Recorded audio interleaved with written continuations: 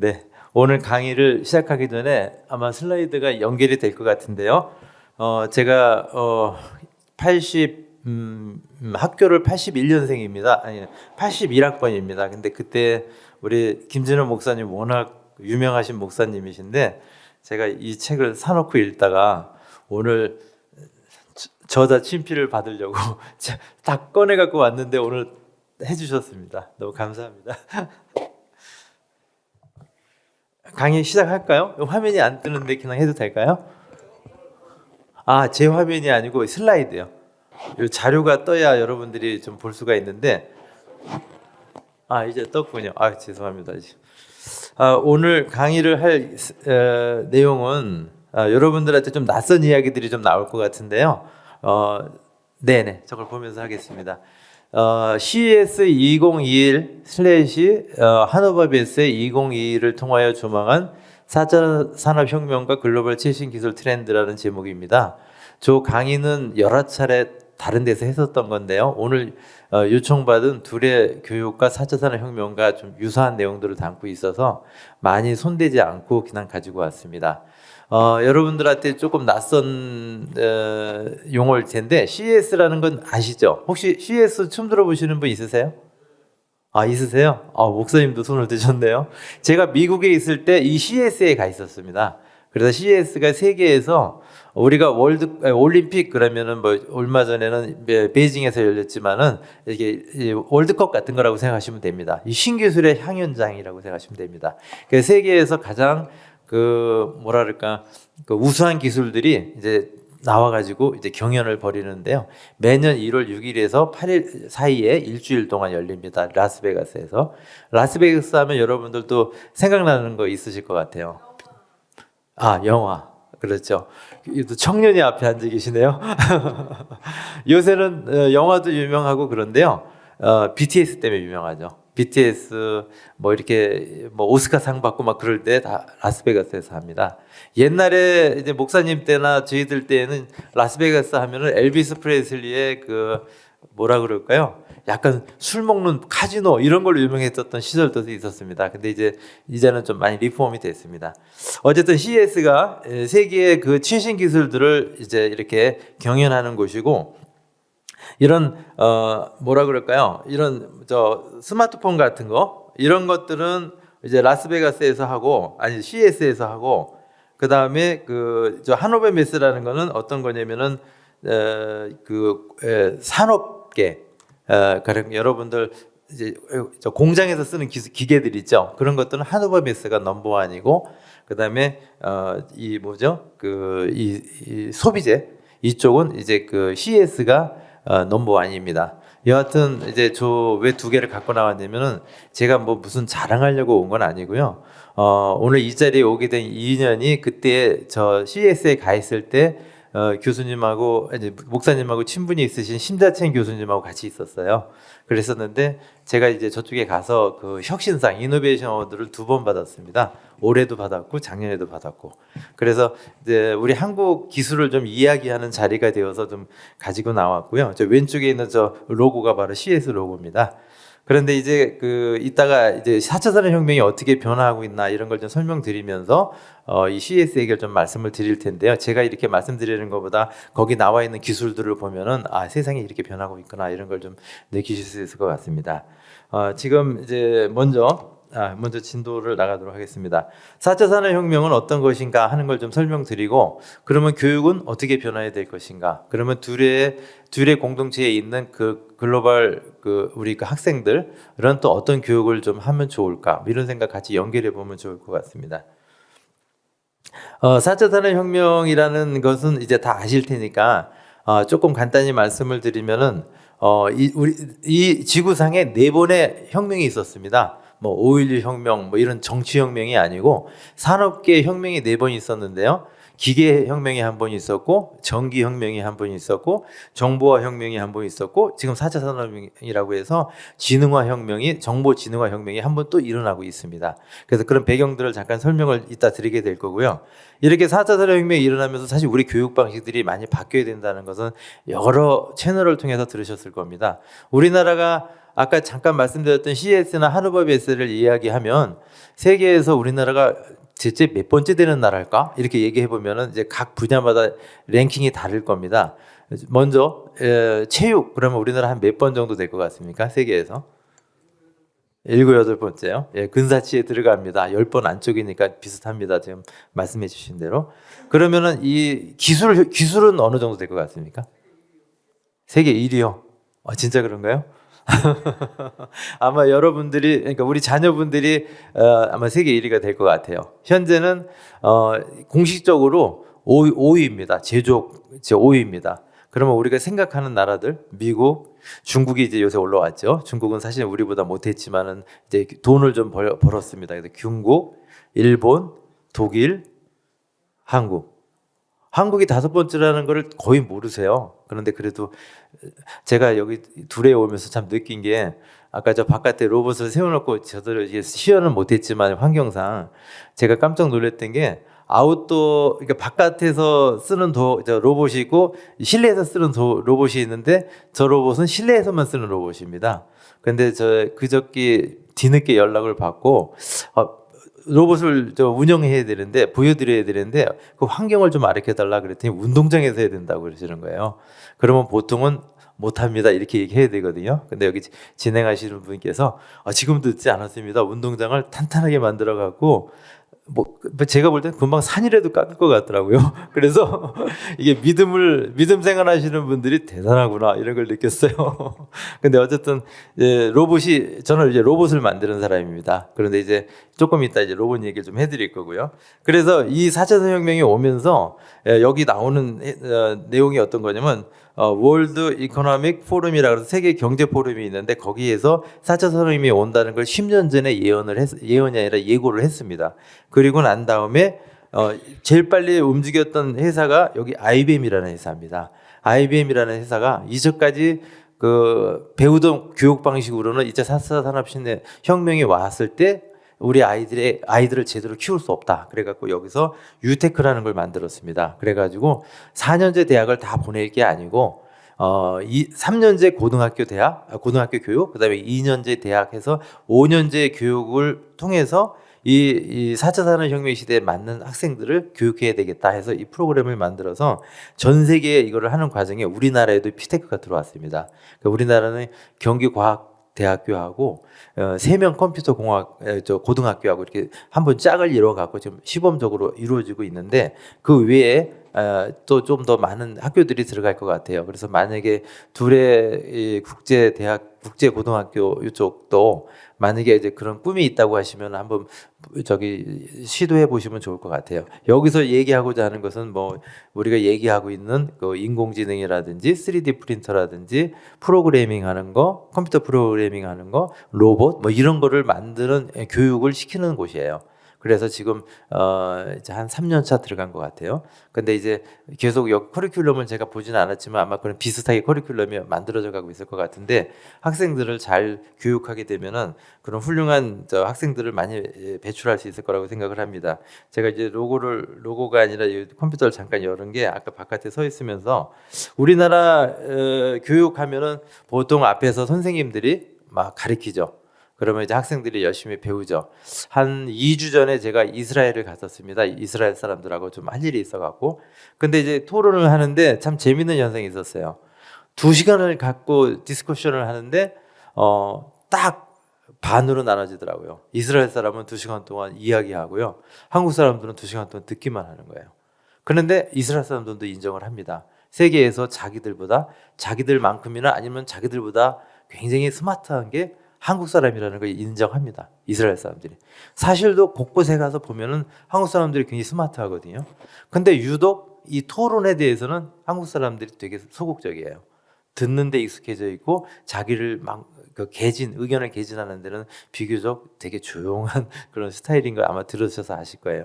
근데 그거는 교육 방식에 기인한 거거든요. 우리가 어렸을 때부터 그렇게 받아왔고 교육을 그리고 우리가 이제 선생님은 항상 위잖아요.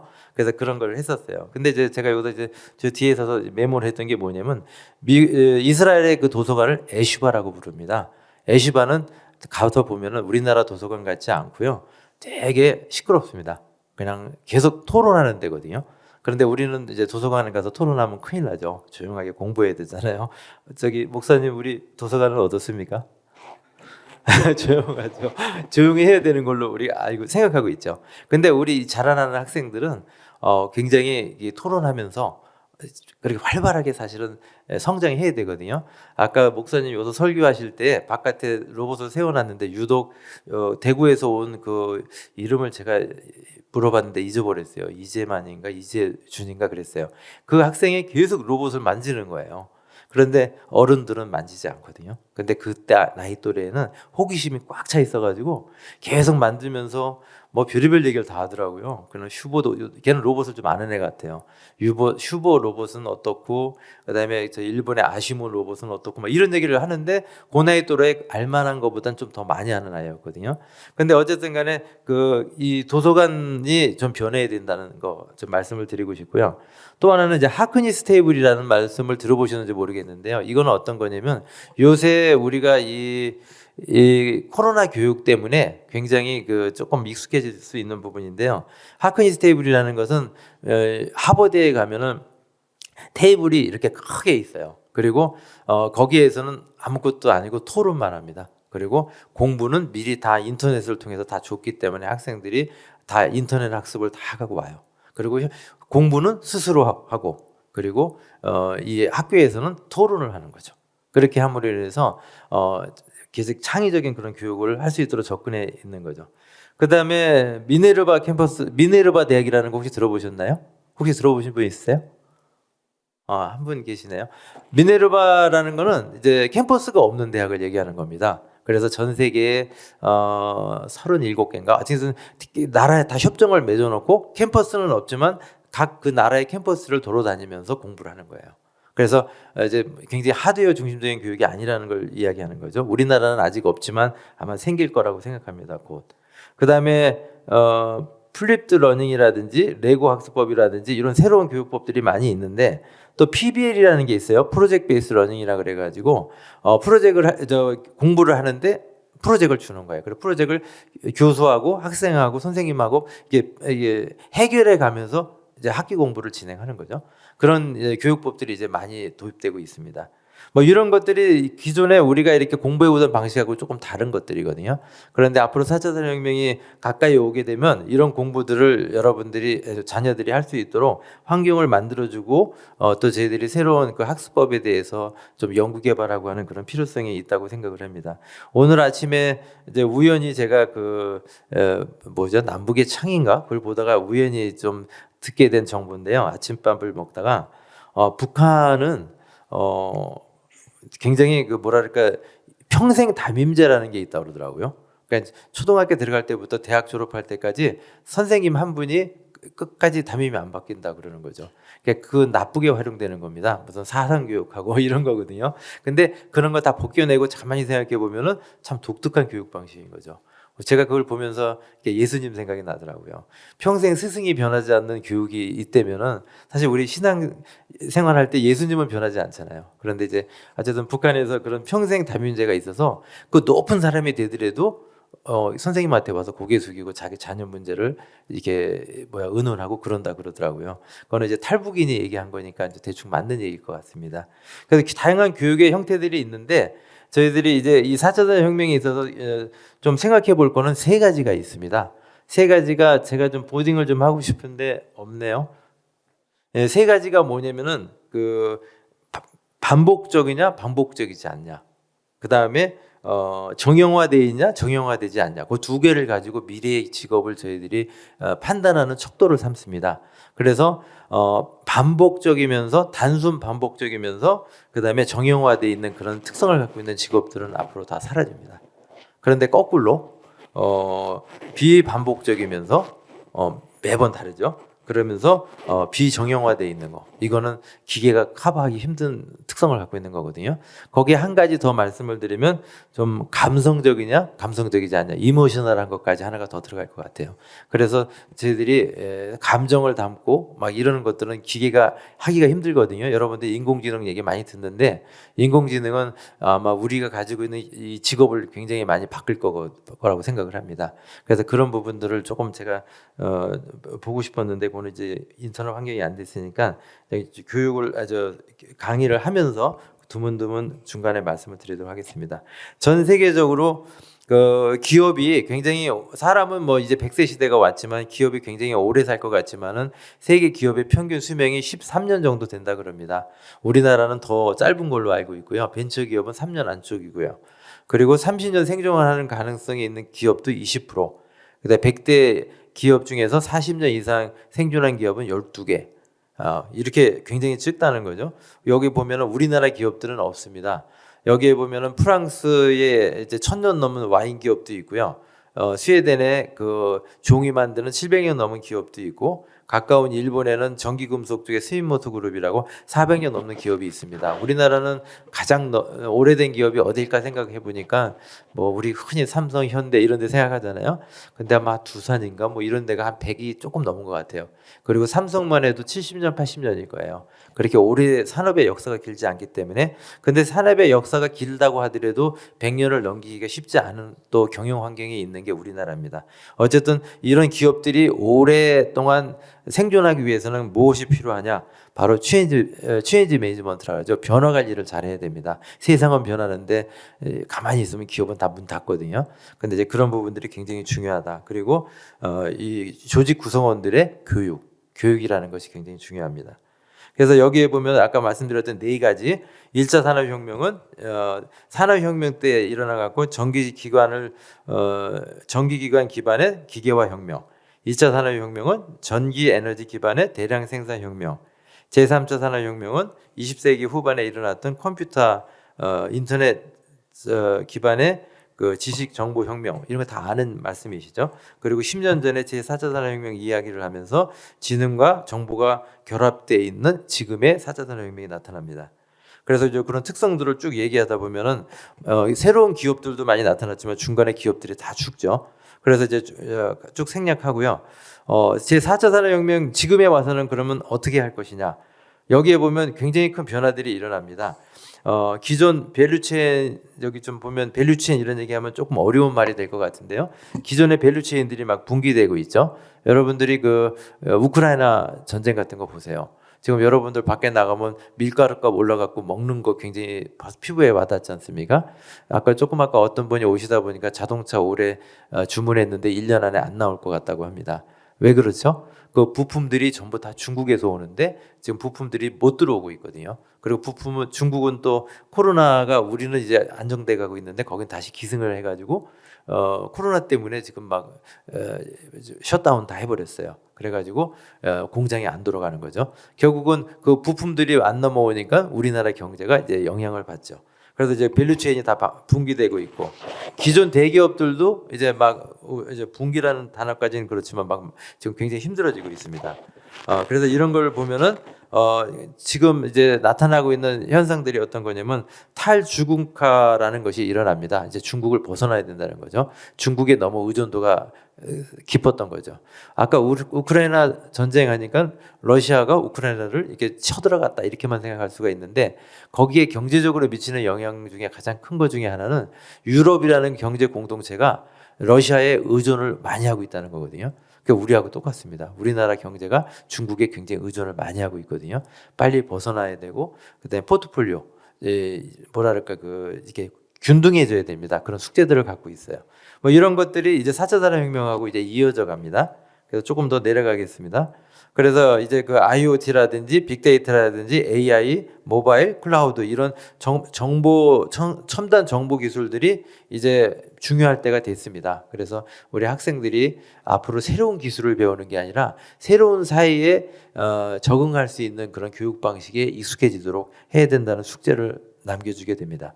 그래서 이제 세계가 변하는 것을 이렇게 보면은 이제 몇 가지만 말씀을 드리면은 이제 4차 산업혁명으로 인해서 금융 어떤 그런 체제들이 또 바뀌기도 하고요. 아까 말씀드렸던 기술 변화를 말씀드리면은 이제 중국으로부터 공급망이 다시 벗어나는 거죠. 그래서 지금 그 삼성전자만 해도 보세요. 옛날에는 심천이라든지 베이징이라든지 막 이런 데서 공장을 많이 세웠잖아요. 근데 이제 공장이 빠지기 시작하죠. 어디로 가요? 저 텍사스 오스틴이라든지 뭐 미국의 알리바바 이런 다 가는 거죠. 현대차도 다 가고. 왜 그러냐면 이 공급망이 미국을 중심으로 다시 재편돼 가는 겁니다. 이거는 나중에 다른 거 다 빼고 이제 안보까지 가면은요. 결국은 안보에 있어서 가장 중요한 게 반도체인데요. 그 반도체가 한국하고 대만이 제일 잘 만듭니다. 근데 우리는 중국하고 너무 가깝습니다. 저기 우크라이나하고 러시아 관계를 보듯이 중국이 뭐 대만을 손을 댄다든지 뭐 북한 이 정치적인 얘기하려고 하는 건 아닙니다. 경제적인 얘기하는 건데 중국을 좀 아니 북한을 좀 건드린다든지 충동질하든지 그러면은 바로 위험해지거든요. 그러니까 이 중요한 기술들의 그 기지를 미국 땅으로 옮겨가는 거거든요. 그러면 거기서부터 이제 돌아갈 수 있도록 그렇게 새로 만들어가게 됩니다. 이제 그런 부분들이 있고요. 그 다음에 이제 이 세대가 좀 바뀐 게 있습니다. 여러분들이 만약에 뭐 이마트에 가서 물건을 사러 간다. 그러면 이제 제와 같이 좀 나이가 좀 있는 올드 세대들은 전부 시장 바구니 갖고 가서 물건 사고 그다음에 갖고 옵니다. 그걸 갖다 이제 캐시앤캐리라고 합니다. 돈 주고 내가 사갖고 오는 거죠. 그런데 이 젊은 세대들, 우리 영보이들은 오더 앤 딜리버리라고 합니다. 그 무슨 뜻이냐면요. 전부 컴퓨터 안에서 다 모바일 폰으로 다 오더를 해요. 그러면 쿠팡이나 뭐 마켓 관리가 다 갖다 주는 거죠. 절대 움직이질 않는 거죠. 그래서 그걸 갖다가 주문 및 배달 이런 시스템으로 바뀐다고 하는데 이제 디지털 지수가 높아지는 젊은 세대들은 다 그런 식으로 바뀝니다. 그러니까 지금 쿠팡의 매출이 신세계, 그다음에 롯데, 그다음에 홈플러스 이 세 개 유통업체 합한 것보다도 더 많다는 거죠. 그러니까 이런 것들을 보면 세상이 변해가는 걸, 그 회사가 우수하다는 게 아니라 세상이 변한다는 것을 읽고 있다는 거죠. 이제 이런 것들도 저희들이 하나 얘기할 수가 있고요. 그다음에 ESG라는 말도 여러분들이 좀 이렇게 낯설 수 있는 분들도 계실 것 같아요. 그 환경 문제, 지구 온난화 때문에 환경 문제 심각해지죠. 그다음에 소셜 가버넌스 그래가지고 이제는 재무적 이익만 추구하는 게 아니라 비재무적인 경영 요소들이 중요하게 다뤄지는 그런 시대가 됐습니다. 그래서 이거는 좀 얘기가 길어지지만 이게 세상이 많이 복잡해졌다는 걸 말씀드리는 겁니다. 이렇게 하면서 결과적으로 이제 세계는 이게 급격하게 변하고 있는데 우리는 어떻게 해야 되느냐? 그러면은 이제 아이들을 어떻게 교육시켜야 되느냐 그런 문제로 이제 귀결될 것 같아요. 아까 말씀드렸던 거 그대로 말씀드리고 요거 하나는 좀 알고 계셨으면 좋겠어요. 요 슬라이드를 보면은 보통 세계 경제를 이야기할 때 S자 곡선으로 이야기를 하는데 여기 보면 약간 알파성 리본형 곡선으로 되어 있는데 저 그림을 설명을 드리면은요. 우리가 1, 2차 세계대전 때 전까지만 하더라도 우리가 항상 물건이 부족했거든요. 왜 전쟁이 터지면은 그냥 갖고만 있으면 사재기 했잖아요. 근데 지금은 안 그렇죠. 우크라이나 전쟁이 일어나기 전까지 전쟁이 없었잖아요. 물건을 만들면은 이제는 어떻게 팔아야 될지 고민하는 시대가 온 거죠. 그리고 그 물건을 그냥 만들어 갖고는 안 되죠. 잘 만들어야 되죠. 그런데 요 그림을 보면은요. 인더스트리 1.0이라고 되어 있는데 왼쪽에 가로축은 뭐냐면 상품의 다양성이에요. 그런데 그 세로축은 뭐냐면은 상품의 볼륨입니다. 크기. 그래서 이런 구조로 가게 되면은 세계를 제패하는 나라가 딱 보여요. 누구죠? 중국입니다. 중국은 싸게 만들잖아요. 머릿수가 많으니까, 사람이 많으니까.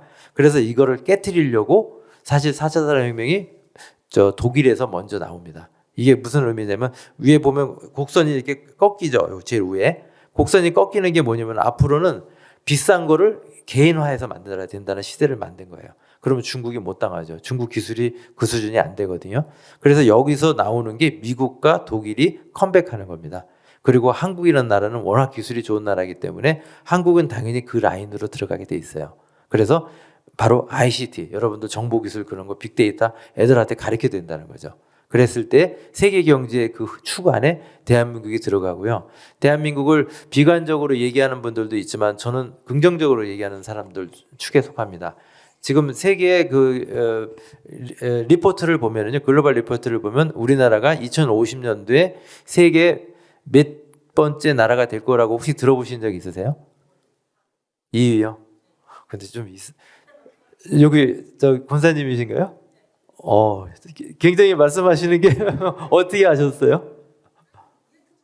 그러니까 많이 보시는 것 같아요. 아까부터 예사롭지 않습니다. 말씀하시는 게 세계 2위입니다. 그런데 이제 그거를 부정적으로 보시는 분들도 있어요. 아이 뭐 그저 듣기 좋게 만들어놨나 보다 이렇게 생각하는데 그렇지 않거든요. 거기에 그 백데이터들이 있습니다. 그게 어디에 예고돼 있냐면 세계 경제 밑에 흐름을 예고하는 것 중에 하나가 유엔의 경제 예측 미래 보고서가 있거든요. 거기에 보면은 패스텍이라 그래가지고 정치적 이슈, 그다음에 경제적 이슈, 그다음에 소셜 사회적 이슈, 기술적 이슈, 문화적 이슈, 환경적 이슈 6개를 가지고 세계의 경제를 분석해 가지고 예측을 합니다. 거기에 보면은 뭐 드릴 말씀 굉장히 많은데 우리 생각하지 않은 것들이 나오는 게 되게 많아요. 그런데 어쨌든 끝에 가서 결론은 미국 다음에 한국이라고 나와요. 근데 거기에는 한국이 남북이 통일된다는 것이 대전제가 깔립니다. 그래서 통일이 언제 될까? 이렇게 지금 생각해 볼 수도 있잖아요. 우리는 아직 안 살아봤지만 안 될 확률보다 될 확률이 높을 것 같습니다. 지금 뭐 코로나 이제 뒤늦게 나오잖아요. 절대 사람은 세균을 못 맞거든요. 그런데 또 어떻게 될지는 모르지만 좋은 환경으로 갈 수도 있고요. 어쨌든 남북이 통일된다는 건 뭘 의미하는 거냐면 남쪽에 없는 게 북쪽에 있고요. 북쪽에 없는 게 남쪽에 있거든요. 그러니까 두 개 합해지면 어마어마해지죠. 제가 이제 개인적으로는 여러분들 말이 많은 말이 많은 나라 있죠. 남미의 못 사는 나라. 저기 베네수엘라. 네, 베네수엘라를 제가 한 3년 전에 갔었어요. 왜 갔냐면은 거기에 서울시만한 우리 둘의 공동체 같은 걸 만드는 거예요. 서울시만한 8.8km 제곱미터 정도. 그런데 이제 제가 이제 뭐 제 자랑을 하는 게 아니라 제가 큰 프로젝트를 했었던 경험이 있었는데 파리에서 콜이 왔었습니다. 이 프로젝트를 PM할 사람을 찾았는데 제가 가게 됐어요. 그런데 거기 가서 제가 이 세상에 태어나서 처음 들어본 말이 있어요. 어디에서 왔냐? 한국에서 왔다. 그랬더니 한국을 리치 컨트리라고 그러더라고요. 제가 이 세상에 태어나서 한국을 부자 나라라고 외국 사람이 얘기하는 건 그때 처음 들어봤거든요. 그러니까 우리나라 엄청 바뀐 거죠. 참 느낌이 다르더라고요. 그런데 베네수엘라를 갔을 때, 그 옆에 페루를 갔을 때, 지금 우크라이나도 똑같은 얘기를 하거든요. 제일 배우고 싶은 나라가 코리아예요. 한국은 세계 2등이었었잖아요. 이디오피아 다음. 근데 지금은 세계 아까 10등, 8등, 뭐 이제 지금 해서 2등까지 간다 그러잖아요. 그러니까 이 세상에 없는 기적이 일어나고 있는 나라가 대한민국이거든요. 그래서 이제 그런 얘기를 듣고, 근데 제가 그때 2000년도 초에는 베네수엘라 엄청 잘 사는 나라였거든요.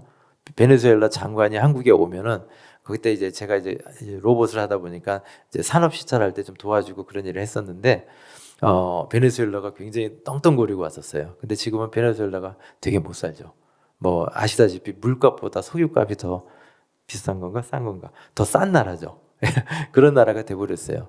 그래서 어쨌든 간에 우리나라가 이렇게 막 변하고 있고요. 그리고 우리나라가 이렇게 변하는 거하고 다르게 이 교육의 중요성은 엄청 중요한 것 같아요. 제가 개인적으로는 진짜 박정희 대통령이 큰 일을 하셨다고 생각합니다. 정치적인 거 아니고. 왜냐면 우리나라 아까 올림픽 얘기하면은 기능올림픽이라는 거 있잖아요. 세계에서 기능올림픽은 항상 한국이 1등이었었잖아요. 그렇기 때문에 기술 강국이 오늘날 된 거거든요. 그래서 그런 부분들을 보면서 굉장히 참 놀랍다고 생각을 합니다. 요 그래프가 의미하고 있는 거는 4차 산업혁명이 일어나서 진행될 때 한국의 포지션을 얘기하는 겁니다. 제가 지금 포인트가 없어서 그러는데 저 동그랗게 생겨 있는 데가 뭐냐면은 이 지역화된다는 의미고 그다음에 생산이 개인화된다는 뜻입니다. 여러분들 자동차 만들면 TV 이렇게 트잖아요. 그러면 자동차 만들 때 어떻게 만드세요? 컨베이어가 쭉 지나가고 그다음에 자동차가 막 조립돼서 가잖아요. 그걸 갖다가 컨베이어 생산 방식이라고 합니다. 포드가 처음에 시작을 한 거죠. 근데 비행기를 만들 때는 어떻게 만들죠? 비행기 가운데 놓고 사람이 바깥에 둘러싸가지고 막 이렇게 조립을 하면서 만들어요. 그 셀 생산 방식이라고 하거든요. 근데 앞으로는 자동차도 셀 생산 방식으로 바뀐다는 거죠. 그 무슨 얘기냐면 자동차를 하나 만드는 데 있어서 뭐 1초에 한 대, 두 대 이렇게 만드는 게 아니라 한 뭐 1분에 한 대를 만들어도 1초에 100대 만든 것보다 더 비싼 자동차를 만드는 거죠. 그래서 비싼 자동차도 막 사거든요, 사람들이. 요새 뭐 리셀이라 그래갖고 나이키 운동화 그러면은 보통 운동화 하면 저도 10만 원 이상짜리는 신어본 적이 없는데요. 그 나이키 운동화 보면 70만 원, 저 비싼 데 가면 1000만 원짜리 운동화도 있다 그래요. 근데도 그거를 산다는 거죠, 젊은 세대에서. 그러니까 이 뭐랄까 고부가 가치가 있는 이 개인화 생산 방식이 앞으로 생긴다는 거죠. 그래서 이런 공장을 어디다 만들었냐면 현대자동차가 지금 저 싱가포르에서 만들고 있는 그 저 연구소에서는 이런 식으로 만들고 있어요. 우리가 운동화 만들 때 어떻게 만들었어요? 공장에서 아까 컨베이어 생산 방식을 쭉 만들었잖아요. 근데 이제 스피드 팩토리라 그래갖고 아디다스 공장 독일에 가서 보면 어떻게 만들어요? 온디맨드잖아요. 그냥 주문하면은 3일 안에 그게 공장에서 한 사람 한 사람 거 만들어 갖고 보내는 거예요. 그러니까 물류비는 더 들어갈지 몰라도 그래 갖고 이제 독일이라는 나라 아니 아디다스라는 나라가 독일 회사인데 전 세계 대륙마다 공장이 있어요. 저 러시아, 아시아, 뭐 남미, 북미 이렇게 다 있었거든요. 근데 공장들이 다 독일로 돌아오는 거죠. 왜냐면 이제는 물류비는 많이 들겠죠. 만들어서 보내줘야 되니까. 근데 생산하는 것은 자기의 그런 뭐랄까 하이테크 기술이 아니면 만들 수가 없는 거죠. 뭐 그런 식으로 뭐 세상이 변해가는데 이것도 다 4차 산업혁명의 한 형태거든요. 그러다 보니까 우리가 학생들을 앞으로 가르칠 때에는 여기에 맞도록 우리가 기술도 가르쳐야 되고 뭐 지식도 가르쳐야 되고 그렇게 되는 거죠. 그런 내용들을 이게 쭉 말씀을 드린 거고요. 여기 보면은 4차 산업혁명 이전에는 대량 생산 소비가 일어났는데 4차 산업혁명 이후에는 맞춤형 생산 소비 이렇게 일어난다는 거죠. 이렇게 해서 이제 큰 변화가 일어나는데 거기서 이제 크게 나타나는 현상이 뭐냐면은 일자리라는 거죠. 점점 일자리는 급격하게 없어지고 또 급격하게 생깁니다. 그러니까 새로 생기는 일자리를 가르쳐야 되는데 죽어가는 일자리를 가르치면 안 되잖아요. 그래서 우리 교육 방식들이 변해야 된다 그런 말씀을 드리는 겁니다. 그래서 이제 한번 쭉 넘어가겠습니다. 이제 좀 어려운 얘기들은 다 넘어가고요.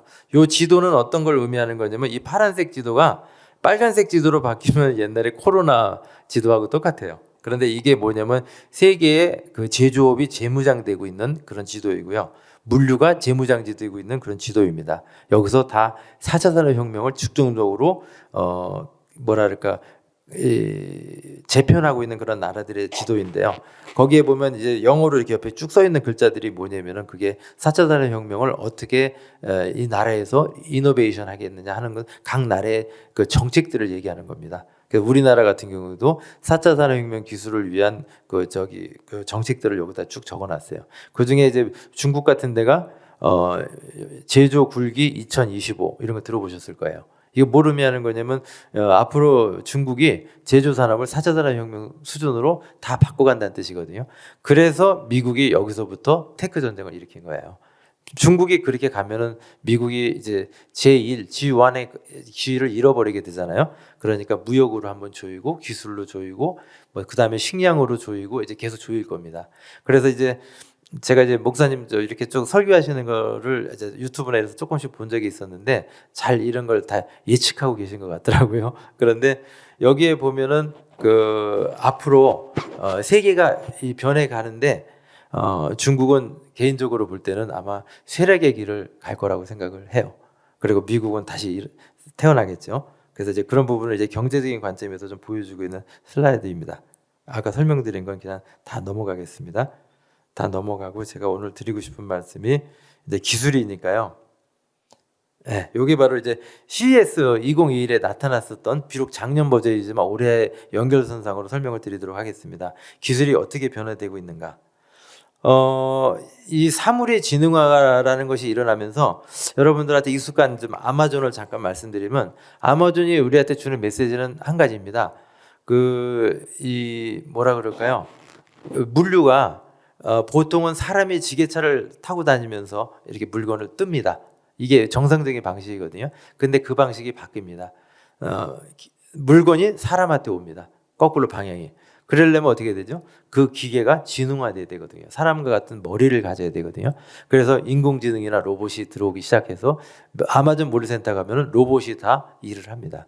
그렇게 함으로 인해서 20-30% 정도 생산성을 높이는 그런 현상들이 일어났죠.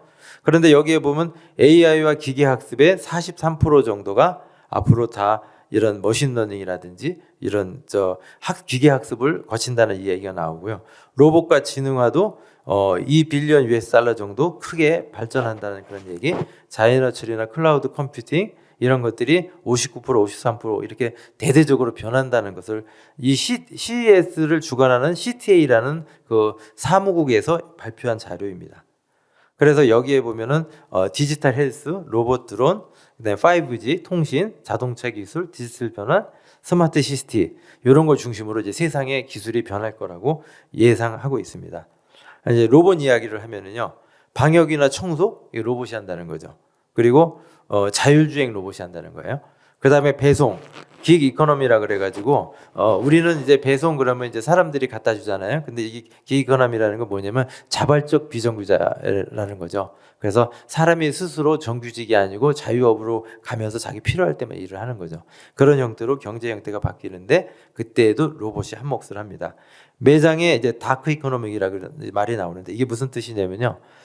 매장들이 점점 줄어들기 시작합니다. 왜 줄어들죠? 전부 집에서 아까 오더 앤 딜리버리라고 젊은 세대들이 다 모바일로 컴퓨터로 오더를 한다고 하니까 매장에 가지 않는 거죠. 물론 우리 세대는 갑니다. 그래서 젊은 세대들은 집에서 받습니다. 물건을. 그래서 롯데마트 그러면 이지 딜리버리라고 2시간마다 돌려서 받거든요.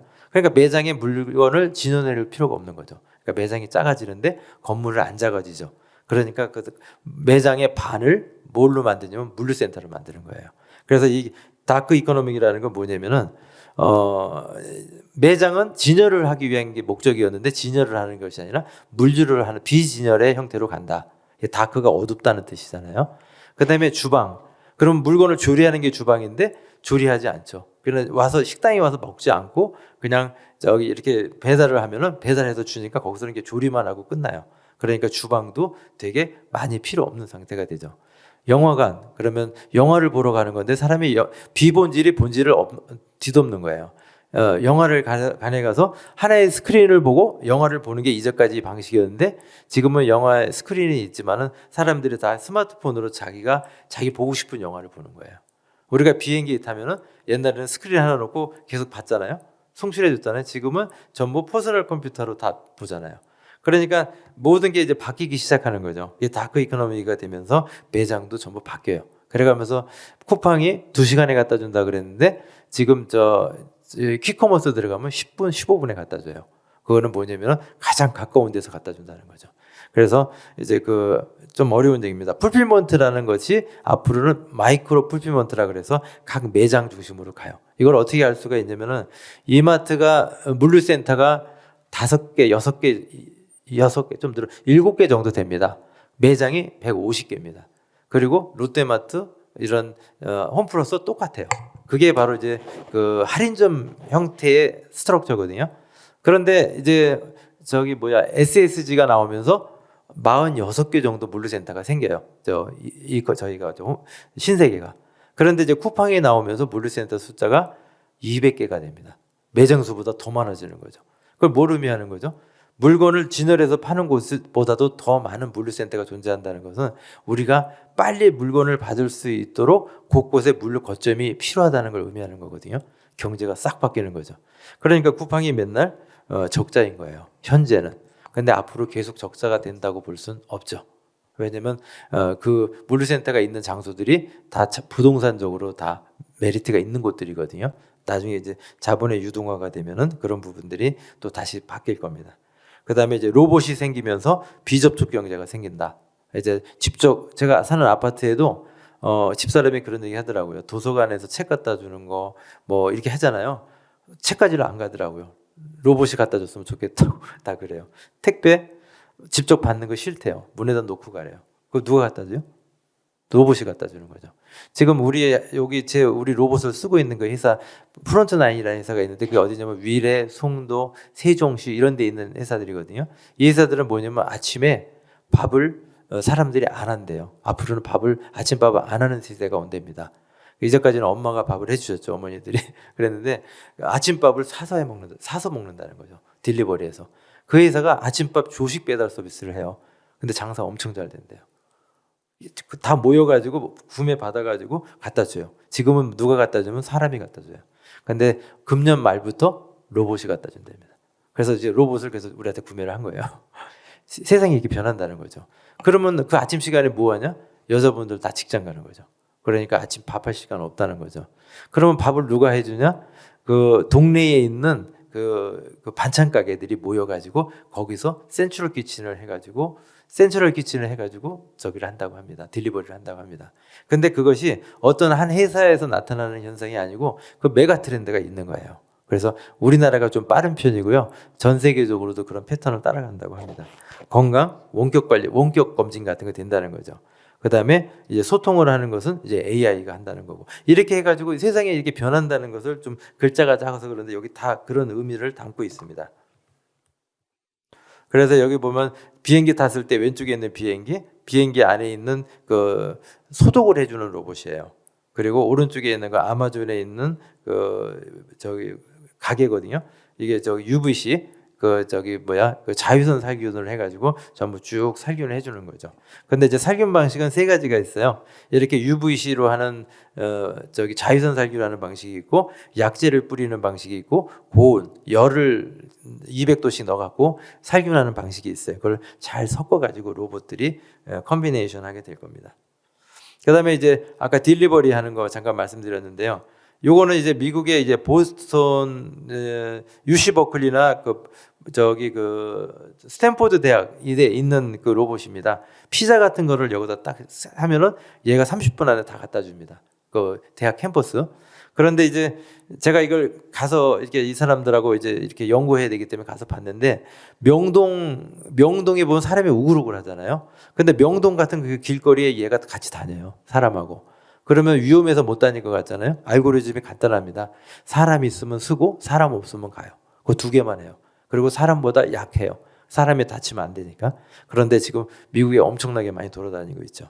아마존에 보안 배송 로봇 있고, 그다음에 이제 의약품 로봇 드론 이런 것도 있고요. 이런 시장이 168억 달러라고 하니까 어마어마하게 큰 거죠. 그래서 앞으로 드론이 갖다 줄 것이다 생각하는 데가 80%. 그다음에 로봇이 딜리버리 해줄 것이다. 자율 배송해 줄 것이다 하는 게 26 플러스 60 하니까 86%. 그다음에 셀프 드라이빙 비클 자동차가 이제 갖다 줄 것이다. 이게 86%. 세 번째 거 한번 설명을 드릴게요. 얼마 전에 현대자동차에서 이제 왔어요. 미팅을 하러. 온 이유가 뭐냐면 PBV라는 말을 아마 못 들어보셨어요. 혹시 권사님 들어보셨어요? 워낙 높으신 것 같아요. 못 들어보셨을 거예요. 근데 들어보셨을지도 몰라서 여쭤봤습니다. PBV가 특수 목적 차량이라는 뜻이에요. 무슨 뜻이냐면 자동차를요. 이제까지는 사람이 이렇게 하고 다니잖아요. 앞으로 자동차를 사람이 안 하고 사람은 딴 거 해요. 그래서 자동차가 다니는 거죠. 그런데 자동차의 형태가 다양해지기 때문에 특수 목적 차량이라는 것은 맞춤식 차량이라는 거예요.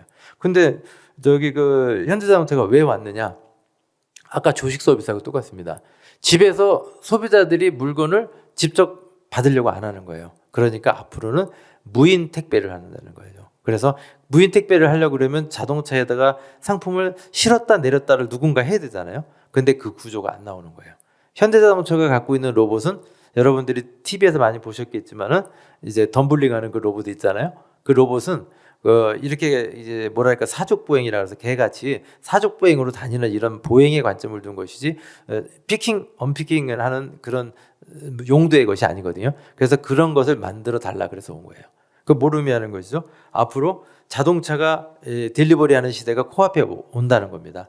근데 이것이 어디에 예고되어 있냐면 우리나라가 일본을 좀 쫓아가는 추세인데요. 일본에 2025년에 무인 택배가 실현된다고 계획서에 나와 있어요. 이제 그런 걸 보면서 다 예측 가능한 흐름들인 거죠. 앞으로 여러분들이 택배는 사람이 안 오고 로봇이 오는 시대가 올지도 모르겠습니다. 그래서 이런 것들을 보면서 피트니스, 교육, 법률 뭐 이런데 디지털 트랜스포메이션이라고 그래갖고 앞으로 이 ICT 교육을 많이 시켜서 그렇게 변해간다는 걸 말씀드리고 있고, AI가 푸는 어려운 문제들은 건강의 문제, 기아의 문제, 기후 변화의 문제, 농업, 해양, 오염 뭐 이런 다양한 일들이 막 벌어지기 시작해요. 아까 이 기후 변화 얘기하면 또 한 가지 그 유엔 미래 보고서에 예측돼 있는 게 있는데요. 유럽이 앞으로 반으로 갈라진다고 돼 있어요. 그걸 뭘 의미하는 거냐면은 그 이 기후 변화에 의해서 지구 온난화가 일어나고요. 그러면 녹아버립니다. 빙하가 없어지는 거 우리 생각할 수 있잖아요. 유럽이라는 나라는 빙하가 없어지면서 고를 다 물이 메워요. 그러면 유럽이라는 나라가 큰 그 알프스를 중심으로 해서 북유럽하고 남유럽이 이게 갈라지는 거죠. 그러면 거기에는 이제 해안 물류가 이제 지금은 다 육상 물류거든요. 그런데 이제 해안 물류가 생기기 시작하는 거죠. 그게 2025년 이전에 일어난다고 예고돼 있는 것들이에요. 그래서 이런 것들에 대한 것을 보면서 기술이 발달을 하게 되는 거죠. 그래서 이제 그 중에서 이제 몇 가지 좀 말씀을 드리면은 이거는 이제 기술들이 쭉 열거되어 있는데 이렇게 다 넘어갈게요. 다 설명드리려면 시간이 오래 걸리기 때문에 요거는 어떤 거냐면 이제 요리를 하는 로봇입니다. 이 양팔 로봇을 이제 천장에 장착을 해놔 가지고 5천여 가지가 넘는 요리 그 레시피를 얘가 다 메모리하고 있는 거예요. 그래서 그 버튼만 누르면 그 레시피대로 요리를 해서 제공을 하는 거죠. 요리도 하고요.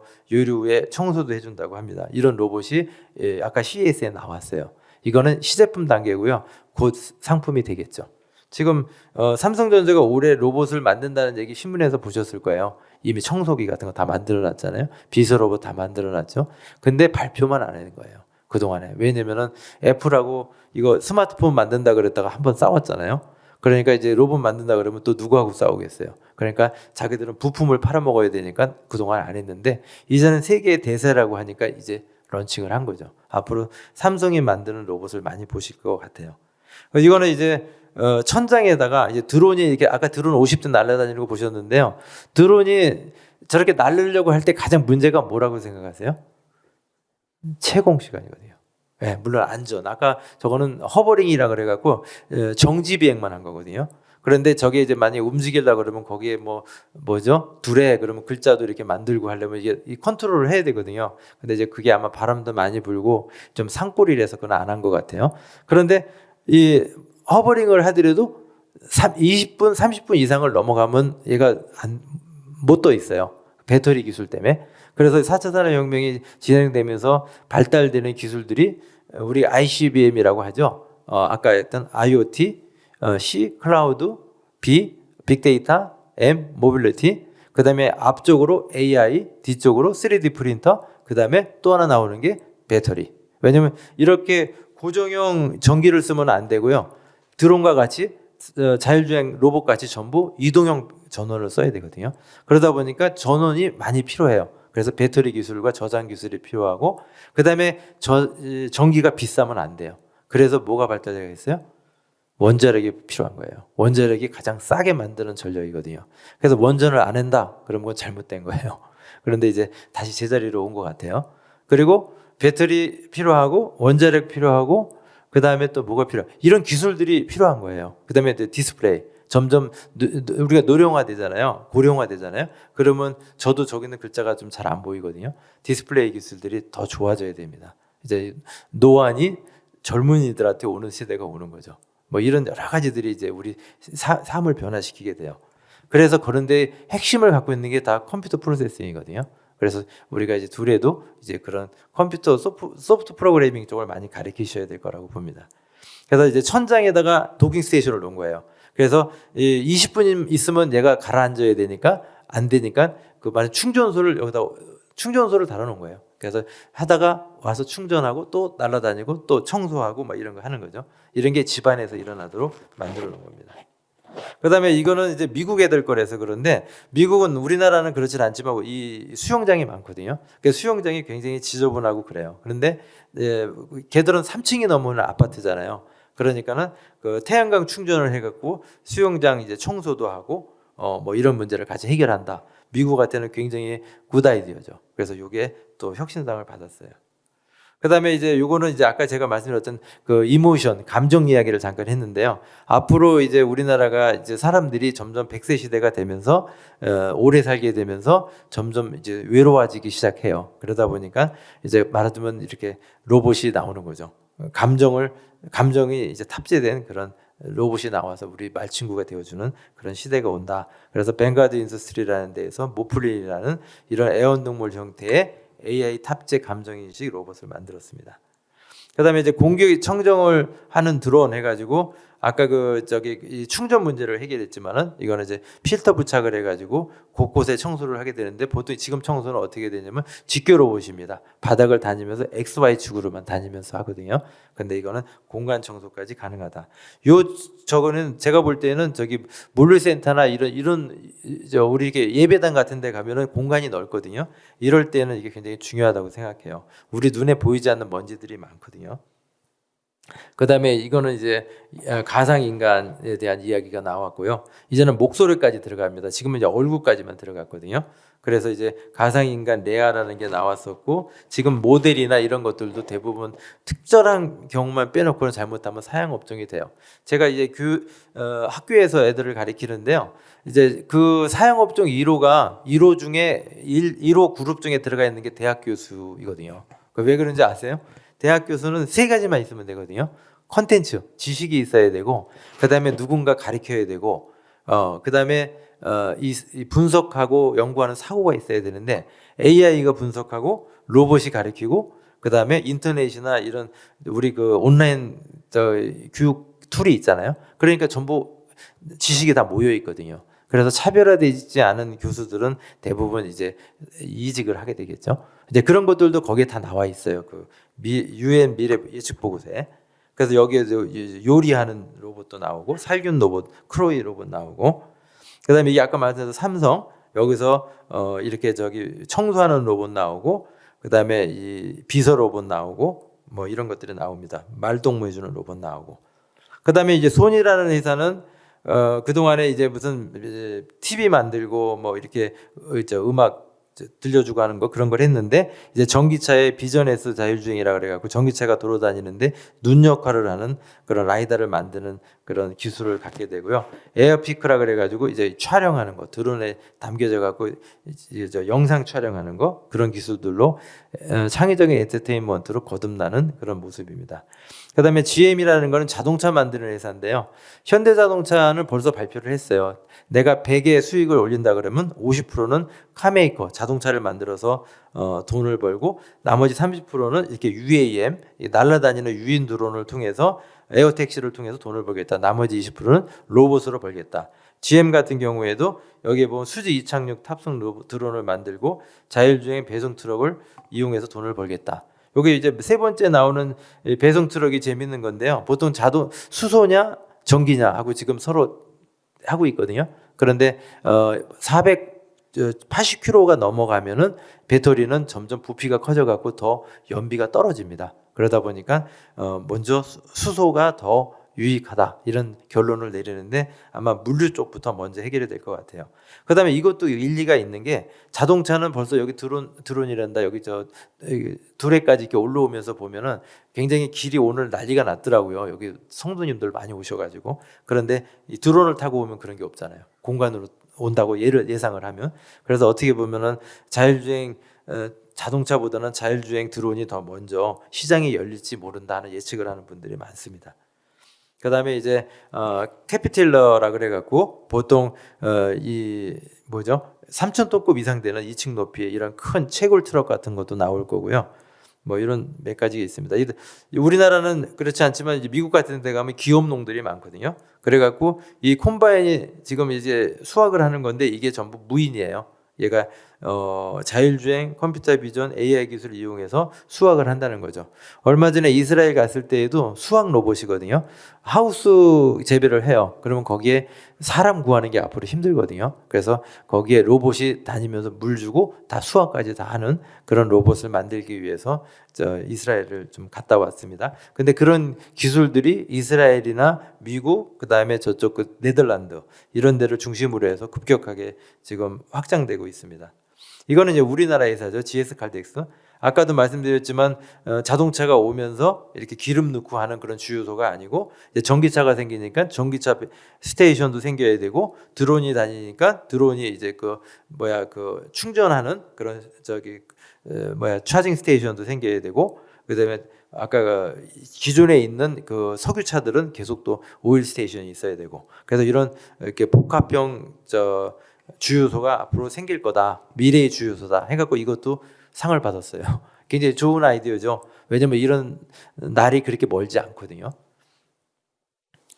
그다음에 이제 우리가 이제 이 선박에 다닐 때 자율주행으로 다닌다는 거죠. 이제 앞에 저기가 기관사가 없다는 거죠. 그래서 이제 이런 내용들을 쭉 보면서 이제 기업이 겪어야 될 얘기들은 그냥 쭉 넘어가겠습니다. 요거는 이제 퀴엔나겔이라는 독일 회사인데, 이 회사가 이제 그 자동차가 몇 명이 한 2만 대 이상 돼요. 그런데 이 자동차가 다니는 그런 여러 가지 라우팅, 경로라든지 이런 것들을 다 설계해주고 관리해줌으로 인해서 비용 절감이 한 20% 이상 일어났다, 그런 얘기입니다. 관제 시스템을 말씀드리는 거고요. 그것이 이렇게 보시는 바와 같이 차가 다니는 곳마다 다 이렇게 저 시스템으로 통제하게 돼 있어요. 여러분들이 이제 삼성전자 그러면 세계에서 이 스마트폰을 제일 많이 만드는 회사로 알고 있잖아요. 근데 이 판교에 가면은 그 삼성 SDS 8층에 글로벌 관제센터가 있어요. 이거는 뭐냐면 이 삼성전자가 이 스마트폰을 만들기 위해서 반도체부터 디스플레이 뭐 이런 것들을 공급하는 것부터 완성체 스마트폰이 수출입되는 것까지 전 세계 돌아다니는 그 뭐죠? 항구하고 비행기에 돌아다니는 경로나 이런 것들을 다 인공위성을 통해서 다 컨트롤하고 있어요. 그래서 이번에 우크라이나 전쟁이 일어날 때에도 하늘길이 막혔잖아요. 저도 이스라엘 갈 때 원래 가면 한 10시간 정도만 갈 텐데 18시간 걸려서 갔어요. 왜냐면은 하늘길을 막아놨기 때문에 이게 쭉 네덜란드 갔다 갈아타고 내려오니까 비행기가 이제 지구가 이렇게 동그랗잖아요. 이렇게 비행기가 넓게 도르니까 오래 걸리는 거죠. 북극으로 가야 되는데 이 저기로 적도 근처로 도니까. 근데 그런 경로들을 다 컨트롤하는 게 필요합니다. 그래서 이런 퀴엔나겔 사례가 있고요. 물류센터나 가면 사람이 이렇게 일을 하는데 사람 없어지고, 이렇게 두 가지의 인비아 로보틱스라는 데는 두 가지 로봇이 있어가지고 하나는 수직 업무, 하나는 수평 업무만 해서 2인 1조가 아니라 2대 1조로 들어가고 전부 무인화시킨 거죠. 이렇게 미국에서 지금 진행이 되고 있습니다. 그래서 얘들이 움직이면서 부딪히면 안 되니까 왼쪽에 있는 것 같이 이렇게 멀티 로봇 관제 센터가 또 있어요. 이런 것들도 하려면 이제 프로그래밍을 잘 해야 되고요. 앞으로 자동차가 이렇게 물류 차량이 있는데, 이번 오늘도 로봇을 이게 물류 차량에 실어 갖고 왔는데 이거를 전부 관제해 주는 거예요. 아니, 임대해 주는 겁니다. 렌탈로. 그래가지고 렌탈을 하려 그러면은 온갖 디멘전과 코스트 스트럭처를 다 알아야 되거든요. 이런 것들을. 그래서 현대차는 현대 커머셜이라는 회사를 만들어 가지고 이런 임대 서비스를 한다고 되어 있습니다. 그다음에 이제 군집 주행이라 그래갖고 여러 자동차가 앞에만 드라이버가 있고 뒤에는 자율주행차가 쫓아가는 거죠. 이런 형태의 이제 앞으로 주행을 하게 됩니다. 이렇게 하다 보면 드라이버가 필요 없다 보니까 왼쪽에 있는 우주선 같은 자동차가 생기는 거죠. 월마트 거를 보면은 자동차 드라이버석은 없어지고요. 문도 사람이 왼쪽으로 열지 않고 미닫이 형태로 바뀌게 되고, 그다음에 그 엔진 전기차니까 이제 그 연료통 뭐 엔진 같은 게 없어지니까 그 밑에가 홀쭉해지고요. 그다음에 이제 카본이 들어가고 공기 저항을 없애게 되고, 이런 형태로 자동차의 형태가 이제 바뀌게 됩니다. 이거는 이제 아까 물류센터 중에 밑에 있는 것이 이제 기계가 로봇이 들고 다니는 그 렉이에요. 이게 보관 렉이에요. 그리고 이 위에 드론이 다니면서 카메라가 이걸 쭉 찍어갖고 제자리에 없는 것들은 이제 작업을 할 수 있도록 정보를 다 날려요. 그래서 이런 식의 이제 그 물류센터도 바뀌게 된다는 거죠. 이게 월마트와 아마존의 사례입니다. 이런 식의 이제 변화들이 많이 일어나게 됩니다. 그래서 이걸 어떻게 할 것이냐는 방법론은 그냥 다 넘어가겠습니다. 이거는 여러분들이 아실 필요가 없기 때문에 기업하는 사람들은 필요하겠죠. 그래서 아까 원래대로 들어가게 되면 이 유테크라는 형태를 통해서 4차 산업혁명 인재들을 새로 양성해 내겠다. 이게 IBM의 생각입니다. 그리고 우리나라도 시효도가 됐지만 전 세계에 이런 형태의 교육기관들의 변화가 생기고 있습니다. 그리고 이제 거기에 보면 이제 없어지는 직업과 새로 생기는 직업을 이렇게 그려놨는데요. 이유는 이거 여기에 나오는 그 요점은 한 가지입니다. 양극화가 됩니다. 돈을 컴퓨터 프로그래밍하고 데이터 사이언티스트를 했던 사람들은 돈을 더 벌어요. 왜냐면 그 일은 더 부족하거든요. 그런데 우리가 그냥 단순한 일을 했던 사람들은 이제 없어지는 거죠. 그런데 이제 많이 늘어나는 직업이 어떤 일이 늘어나냐면 요양보호사 뭐 이런 거 있죠. 사람이 할 수밖에 없는 것들, 기계가 할 수 없는 이런 것들, 그런 상담사 이런 것들은 더 늘어나게 됩니다. 그래서 중산층이 없어지고 밑에는 더 늘어나고 위에 더 늘어나고 이렇게 양극화 현상이 일어난다. 이런 것들이 이제 미국에 있는 그 데이터 포캐스팅 하는 폼에서 다 예측돼 있는 것들입니다. 대략적으로 해서 제가 쭉 자료를 정리를 해봤는데요. 이제 서울대학교의 주영석 교수님하고 카이스트의 명현 교수님하고 이제 휴스턴 대학의 사무엘 교수님하고 이렇게 묶어 가지고서 이 자료를 만들었습니다. 그래서 제가 오늘 발표하려고 준비했던 자료는 여기까지이고요. 동영상을 쭉 보여드리면서 하려고 그랬는데 좀 환경이 안 돼서 그냥 대신 제가 사진으로 대신했고요. 혹시 오늘도 제가 이제 말씀을 드리는 시간이 좀 길었는데 궁금한 거 있으시면 좀 답변도 좀 해드리면서 부족했었던 부분들을 채워보고자 합니다. 혹시 질문하실 거 있으시면 자유롭게 질문해 주시면 감사하겠습니다. 일단 발표는 여기까지 하겠습니다. 감사합니다.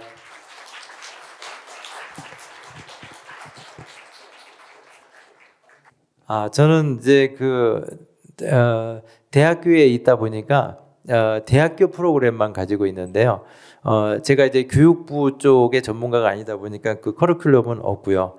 만약에 목사님께서 말씀하신 거는 이제 둘의 교육기관을 염두에 두고 하신 걸로 질문하신 걸로 생각이 되어서 제 생각에는 약간 타스크팀을 만들어서 요거를 한번 만드는 작업을 해보시면 어떨까 생각이 듭니다. 그리고 저는 안 갖고 있지만은 교육기관에는 중등교육기관, 교육기관에서 이런 변화에 대해서 지금 준비를 하고 있는 걸로 알고 있거든요. 그래서 그런 부분들은 약간 컨설팅 형태로 해서 한번 어프로치 해보시면 어떨까 생각이 듭니다. 지금 제가 알기에는 이런 이제 고등교육기관, 교육부도 그렇게 나눠져 있거든요. 그런데 좀 아쉬운 거는 사실은 우리나라가 이전까지는 뭐라 그러죠? 추격형 교육을 했기 때문에 잘 커리큘럼이 짜여져 있는데 이런 선도형 교육, 이제 우리나라가 선진국이 되면 이제 앞서가는 거잖아요.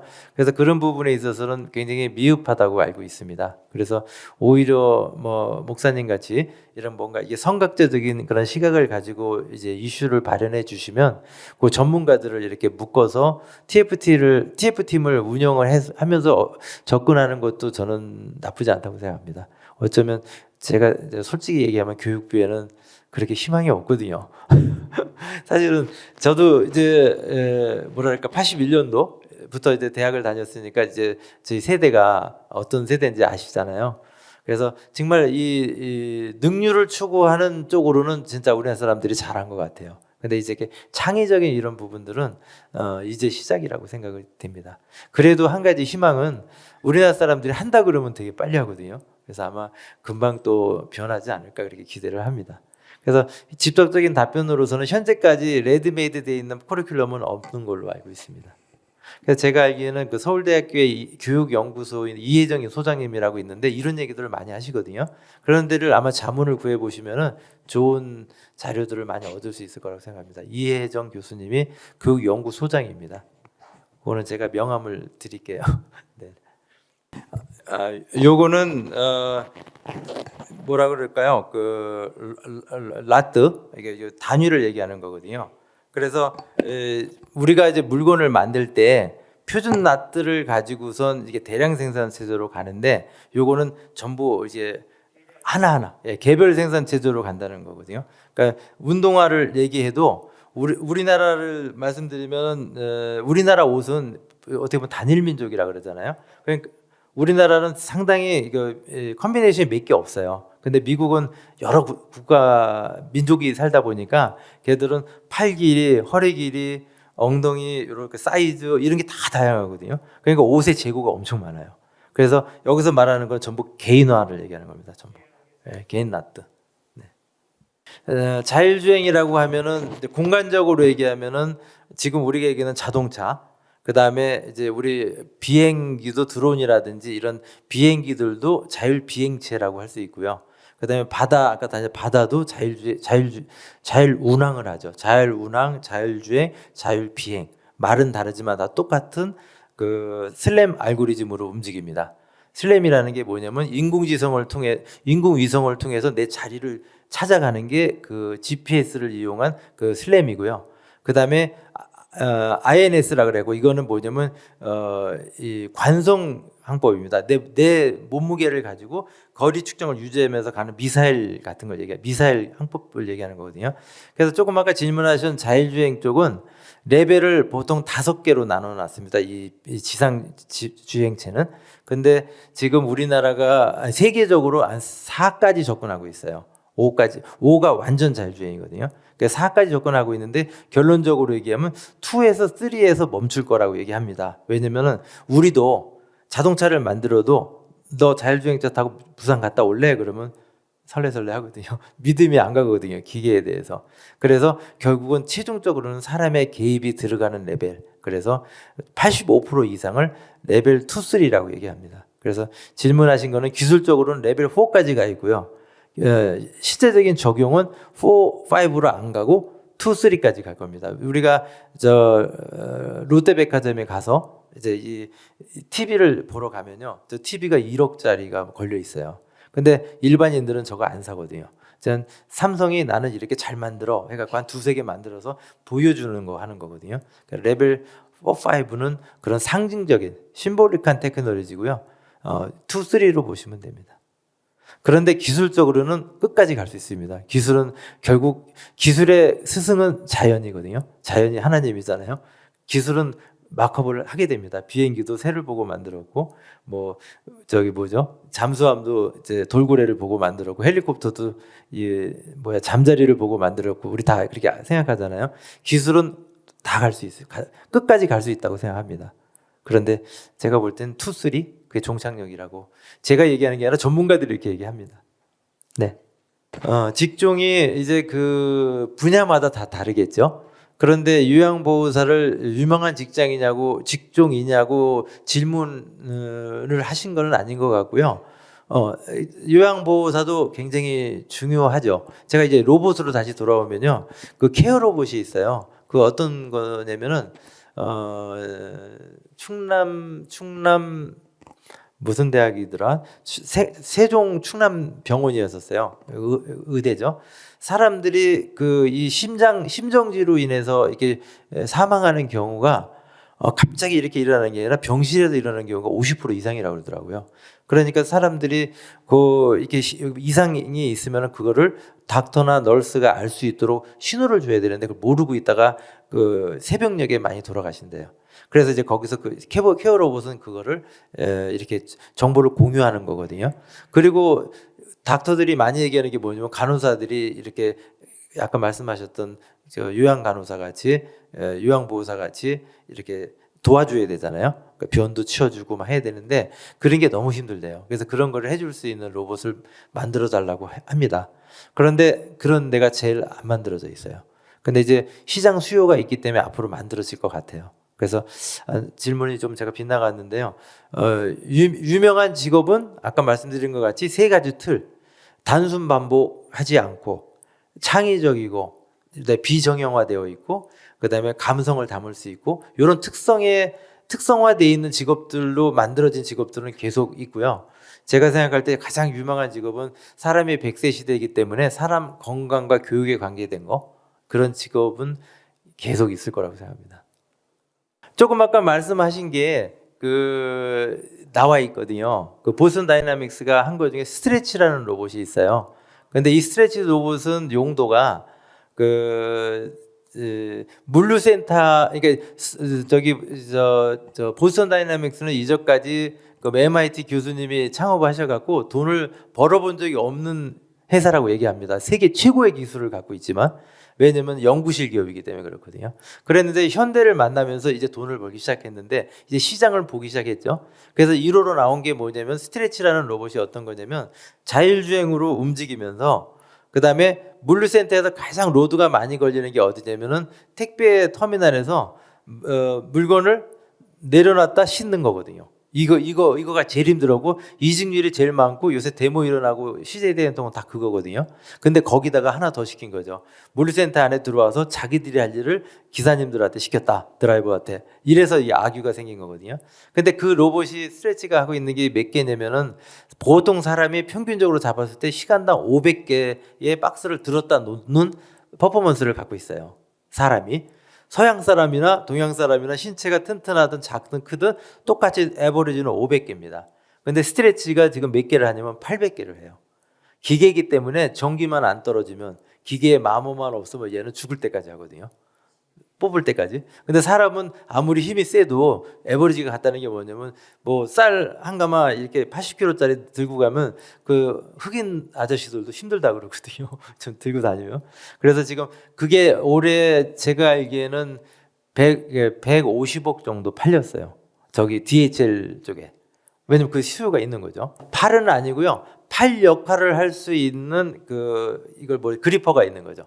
잡는 거. 그래서 얘를 석션입니다. 흡입. 그래서 뽑아서 드러났다가 갔는 데 가서 다시 불어로 불어버리는 거죠. 그래서 작업을 하는 거고요. 교수님 말씀하신 거는 이거는 상하차 작업이고요. 보통 이제 이족 보행 로봇이 어려운 거죠. 사족은 당연히 안정감이 있을 거고요.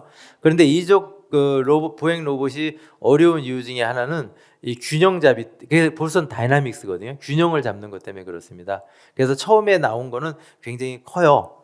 그런데 그거를 점점 줄이면서, 사이즈를 줄이면서 이제 그 소음을 줄였고요. 그다음에 이족 쓰면서 어떤 일이 되냐면은 균형을 이제 잡아야 되는데 균형을 못 잡아서 걔 보면 등이 큰 거예요. 거기에 배터리가 들어가고 균형을 잡는 거거든요. 그래서 이가 뭐 덤블링도 하고 막 이러잖아요.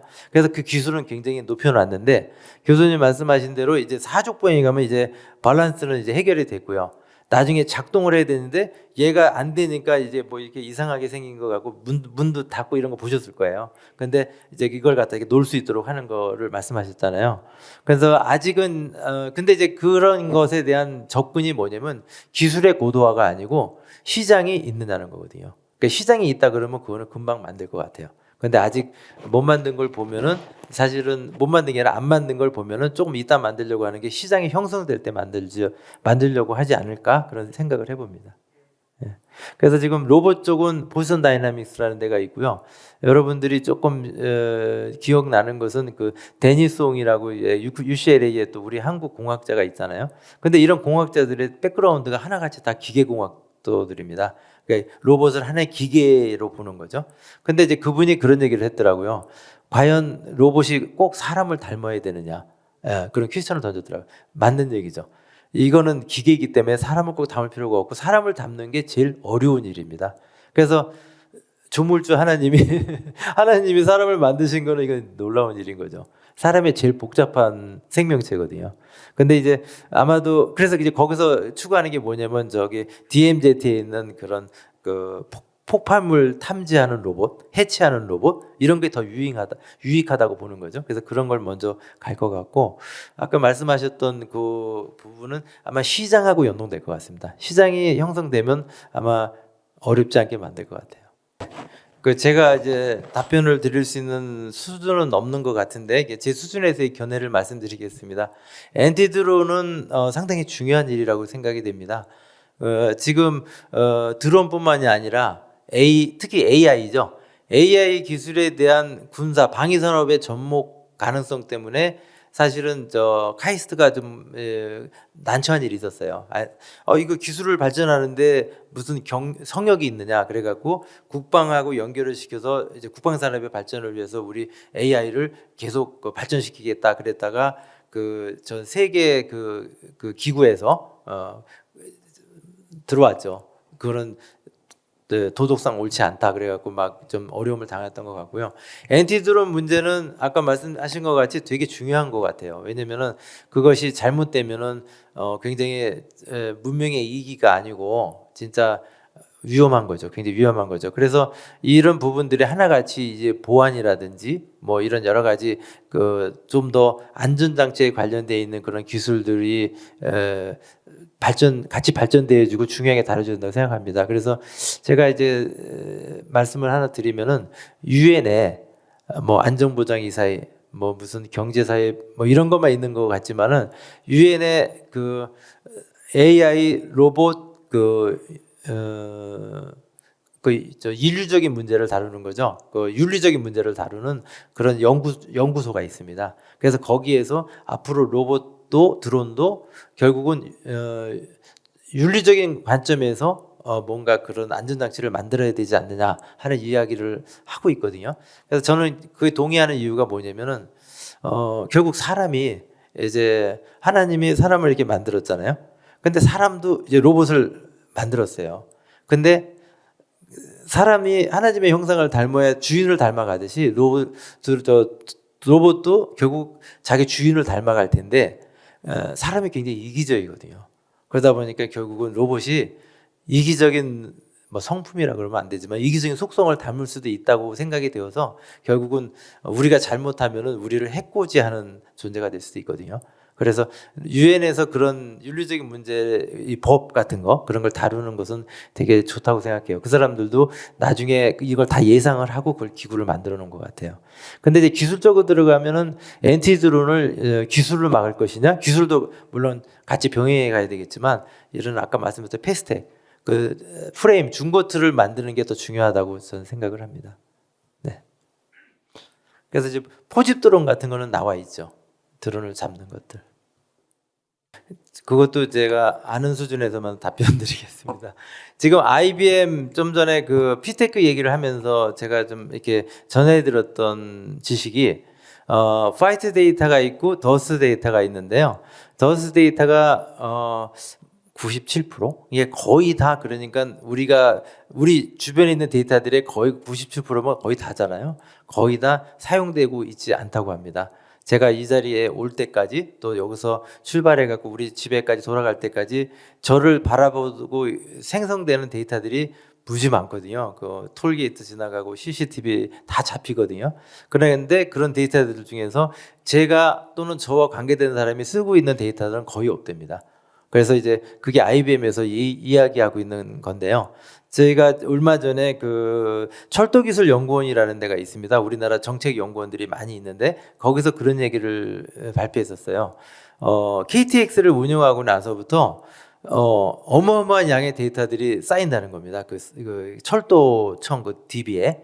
그런데 그 DB 중에서 여객 숫자하고 수익 돈 얼마 벌었다. 부도 그러니까 저기 부도 예약 부도율이 얼마다 뭐 이런 거 몇 가지 빼놓고는 그 어마어마한 데이터를 다 버리고 있다는 거죠. 쓰지 않고 있다는 거예요. 그래서 데이터를 포집하는 방법론을 데이터를 수집하는 그 방법론을 어떤 각도에서 질문하시는지 모르는데 아마 기술적인 것보다는 이렇게 활용의 관점을 두고 질문하신 거라고 생각한다고 하면은 우리나라는 SOC가 되게 잘 돼 있어서 굉장히 기술을 이렇게 가두어 놓는 것은 굉장히 많은데 그 데이터를 잘 쓸 수 있도록 하는 것이 기술이 더 중요하거든요. 그걸 데이터 이제 가공 기술이라고 합니다. 지금 제가 판교에 이제 연구소가 있는데 판교에 그런 일을 하는 그 업체들이 되게 많아요.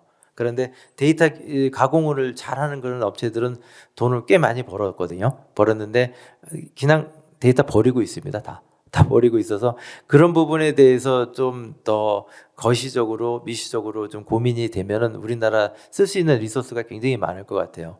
그러니까 우리 의학 쪽에 저기 이루어지는 것도 그렇고요. 우리 신체에 대해 있는 것도 굉장히 많고 제가 데이터를 한 가지 말씀드리면은 이제 다 아시는 얘기지만 전기가 굉장히 중요했었잖아요. 그리고 이제 지금 4차 산업의 그 쌀은 그다음에 반도체 쌀, 전기, 반도체, 그다음에 네 번째 4차 산업혁명의 쌀은 데이터라고 그러거든요. 그러니까 데이터가 모든 것의 출발점인데 아직은 활용도가 우리나라는 매우 낮은 것 같아요. 근데 그게 경쟁력이 될 겁니다. 데이터를 얼마나 잘 다루느냐. 그래서 국가 그 정통부의 그 나온 프레임을 보면 DNA라고 그래서 데이터, 네트워크, AI 이 세 개를 중심으로 모든 R&D가 이루어져 가고 있습니다. 예, 그 좀 이렇게 단답적으로 좀 답변 드리긴 좀 어려운데요. 지금 이 건강하고 관련돼서 사실 많이 연구가 진행되고 있고요. 그 단적인 예가 아무래도 우리나라가 카이스트의 그 지위를 무시할 수가 없는데 카이스트의 그 컴퓨터하고 의공학부하고 그러니까 의과대학원을 만들었잖아요. 결국 그거는 우리 생명, 그러니까 윤리에 도전하는 그런 어떤 수명의 연장 그런 쪽이 아니고 사람이 건강하게 살기 위해서 필요한 그런 기술이라든지 어떤 뭐 의약품이라든지 이런 쪽에 대해서 굉장히 그 집중을 하고 있는 그런 상태이고요. 바람직하게 가고 있는 것 같습니다. 퍼센티지로 얼마다 이렇게는 제가 설명드리기는 좀 무지하고요. 굉장히 바람직한 쪽으로 방향이 잡혀져 있는 것 같습니다. 원래 저는 이제 항공기 쪽 일을 했었고요. 학교에 가기 전에 대한항공에서 근무를 했었습니다. 비행기는 어떤 질문을 하시더라도 되게 반가워요. 근데 오늘 질문해 주셨던 내용은 자율주행 비행기라고 표현을 하셨는데 이제 그 부분부터 설명을 드리면요. 항공기는 자율주행까지는 아니지만 그 이상의 효율을 높이고 효율을 거두고 있는 오토파일럿 시스템이 내장되어 있습니다. 그래서 아시는 바와 같이 비행기가 이제 아까 승객의 입장에서 말씀하셨기 때문에 비행기가 이제 이륙을 합니다. 테이크업 랜딩을 할 때까지 항공 사고가 만약에 100개가 일어났다고 하면은 그러면은 크리티컬 11미닛이라고 합니다. 고도 4만을 유지할 때까지 비행기 사고의 거의 98%가 일어납니다. 그 나머지 1%, 2% 정도가 비행 중에 일어나는 거거든요. 저번에 그 대한항공 뭐 707입니까? 그런 거는 진짜 불운의 사고고요. 그런 것이 아닌 경우는 전부 이착륙에서 일어납니다. 그래서 이륙할 때 3분, 착륙할 때 8분, 그래서 11분 안에 다 일어나죠. 안 일어난다는 얘기입니다. 조종사에 하는 일은 뜨고 내릴 때만 조종관 잘 잡으면 안전한 비행체가 우리 항공기입니다. 그리고 이제 오토파일럿을 잠깐 말씀을 드렸고요. 비행기가 사고가 일어나는 확률은 우리가 공장에서 식시그마라고 하잖아요. 100만 개의 물건을 만들면 3개나 4개 정도 불량이 일어나는 걸 식시그마라고 하는데 항공기가 식시그마보다 더 적습니다. 그러니까 거의 우리 일생에 비행기 사고를 안 겪으셨으면 아마 3대 이후에 한번 일어날 수도 있다 이렇게 생각하시면 됩니다. 그래서 그래서 항공 얘기하면 좀 할 얘기가 많은데 굉장히 잘 돼 있습니다, 시스템이. 그리고 제 로봇을 제가 자랑하는 이유가 제가 항공기를 했기 때문에 항공기는 철저하게 듀얼 시스템이 되어 있습니다. 이중 안전장치가 되어 있거든요. 날아가다 사고 나면 큰일 나니까, 대형 사고니까. 근데 우리 지상에서 움직이는 로봇도 제가 듀얼 시스템 기술을 내장해 놨거든요. 그래서 굉장히 좀 자랑을 하고 싶은 부분인데 아까 질문하셨던 부분은 그냥 자동차가 오히려 내가 좀 걱정돼서 못할 뿐이지 자율주행 자동차 비행기는 안심하고 타셔도 됩니다. 감사합니다. 이상 마치도록 하겠습니다.